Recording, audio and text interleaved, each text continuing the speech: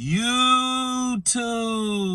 What's good, guys? It's your boy TD, and I'm back again with another video from Fantasy Good Sports, guys. And today's video is going to be on my top 5 fantasy football tight ends for your 2025 season. So make sure you hit the like button, subscribe to the channel. This is cutting edge content, guys.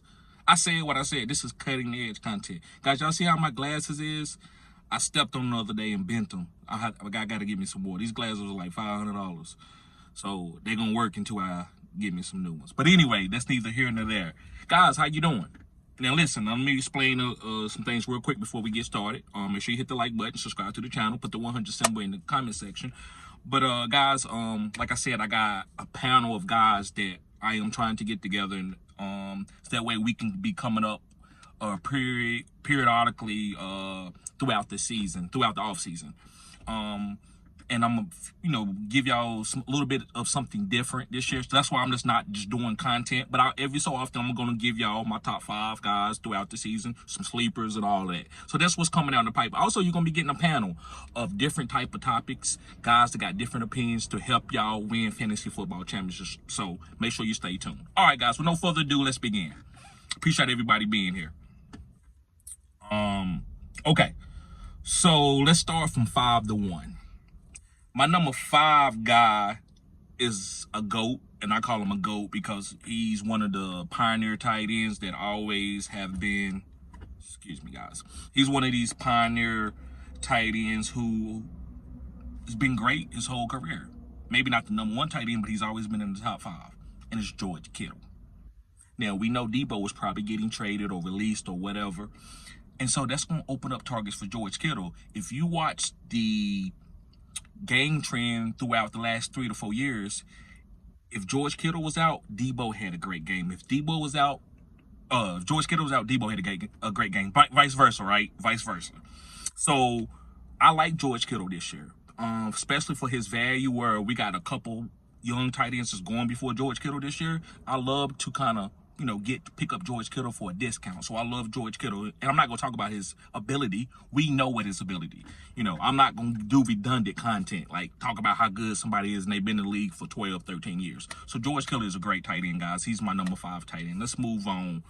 Also, guys, I got a couple bonus guys at the end of the video, so make sure you stay tuned and watch the whole video and put the 100 symbol in the comment section to let me know that you support the channel. Also, become a member. That way, guys, I can give you bets. I've been putting out a lot of really good bets. I don't hit up 100% of the time, but I'm around 65% as far as putting out bets. Also, I can deal with you personally if you are a member, especially if you are a Phenom member. You get that perk for free as a Phenom member.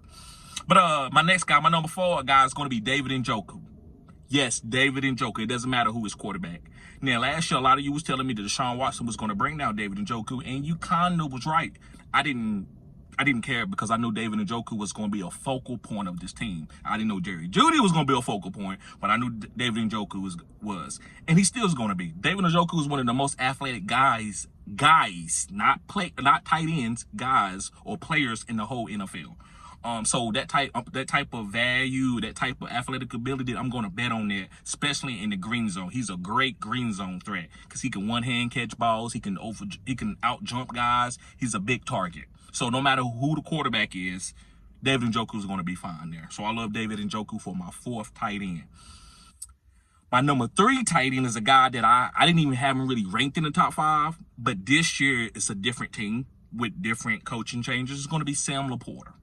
Now, listen, Sam Laporta is not going to be a guy who's going to get 110, 120 targets, 95 targets. He's going to get probably 75 to 80 targets with the Detroit Lions. And the reason why, this team is not, they have a lot of talent. They don't need to hyper-target anybody.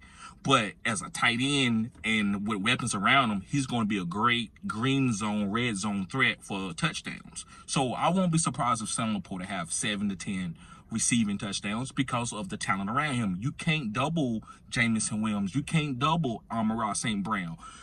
You can't just worry about David Montgomery and Jahmyr Gibbs. You can't just plan for Jared Goff. This team has a lot of weapons, and they're going to be drafting some guys, and some new weapons going to be coming in there. So Sam Laporta, to me, guys, is a great green zone threat. He's going to be low target, but it doesn't matter. Touchdowns help overcome when you're getting low targets.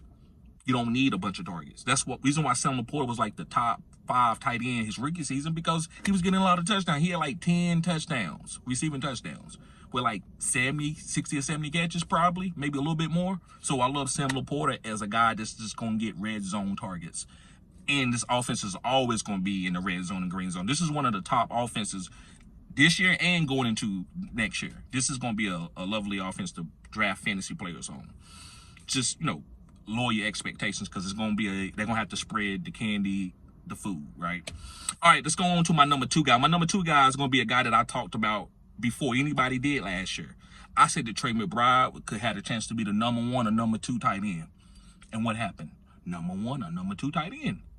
I think he was number 2 in some leagues. Just depends on if it was 4 PPR or half-point PPR or standard. But he didn't have a lot of touchdowns, so that kind of hurt him a little bit. But next year, I think that's going to change. And Trey McBride is one of these tight ends who play basketball. And guys, when you see tight ends and they play basketball, they always good. They always good. It's like basketball translate at the tight end position for fantasy points or being a good tight end in the NFL. So I love Trey McBride.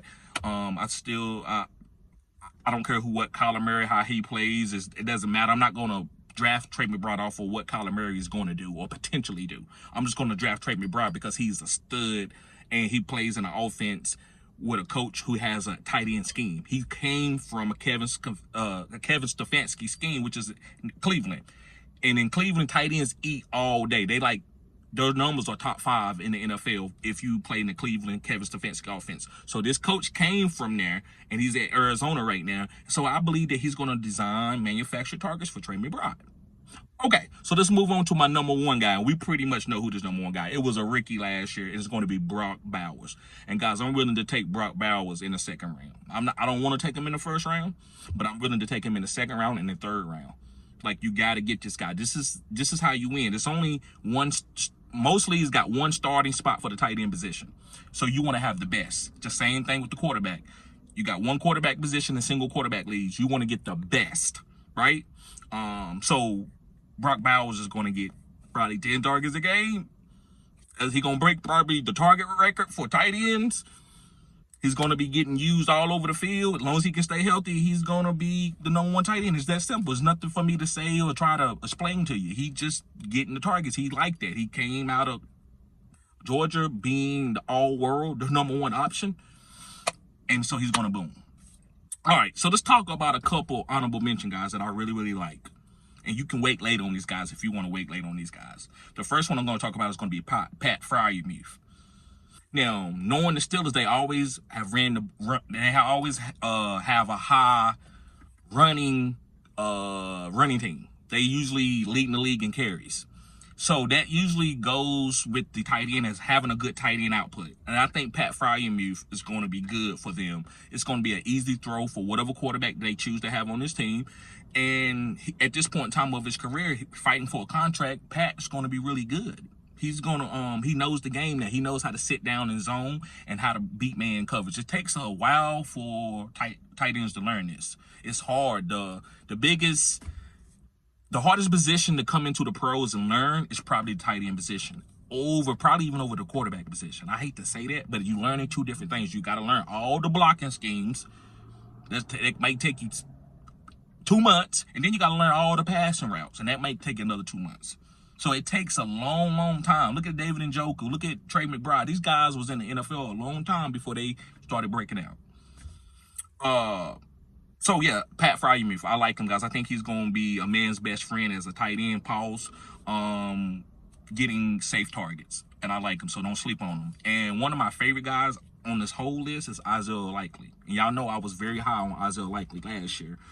But I believe this guy's going to be in this 2 tight end set and getting used like a wide receiver. He's probably got a big role coming up for this team next year.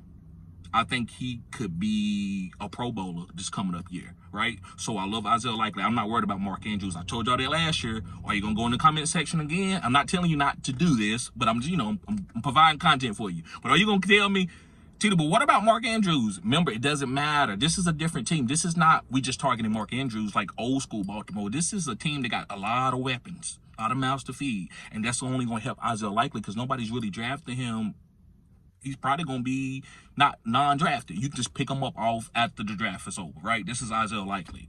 But this guy probably gonna finish as a top 10 tight end. So I want to make sure I had this guy on my team. So guys, thank y'all for hitting the like button and subscribing to this channel. Again, I want to talk about some of the things that's coming up. I'm gonna have mock drafts. I put it to a vote and my community tab. So guys, make sure you go to the community tab. I sent it out to the members first, then I'm gonna ask the public. And guys, what days do you want the mock drafts? I want to do at least 3 a week. So let me know what you think about the mock drafts that's going to be coming up. Also, I'm going to be having a panel, and we're going to be breaking down our top 5 guys at each position, sleepers, guys that you can get late, bounce back guys that you wouldn't draft, deep sleeper type guys, like all different. The content that I provide, you're gonna get more people breaking down that the content, and I think that's gonna be better for y'all. I just don't want y'all to take whatever I say every single time as an echo chamber, they say, right? So guys, thank y'all for tuning in. Y'all be safe. Peace.